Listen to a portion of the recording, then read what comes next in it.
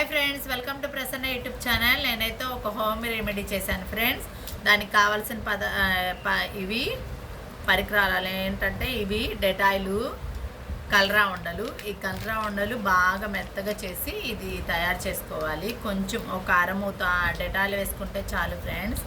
ఇది దేనికి పనికొచ్చిందంటే గుడ్డి దోమలు బాగా ఈ సీజన్లో బాగా గుడ్డి దోమలు ముసురుకొని ఏదైనా స్వీట్ కానీ ఏదైనా వేస్ట్ కానీ పెట్టినప్పుడు బాగా ముసురుకొని ఉంటుంది కదా, ఆ ముసురు దోమలకి బాగా చక్కగా చిక్ పెట్టేసిద్ది అన్నమాట. అంత బాగా పనిచేసిద్ది.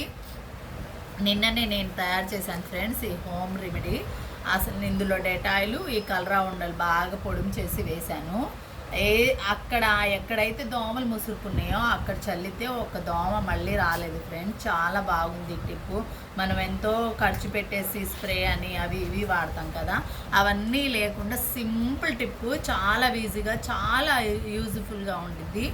ట్రై చేయండి.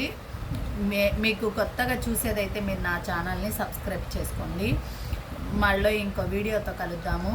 లైక్ చేయండి, షేర్ చేయండి, కామెంట్ చేయండి. Bye friends.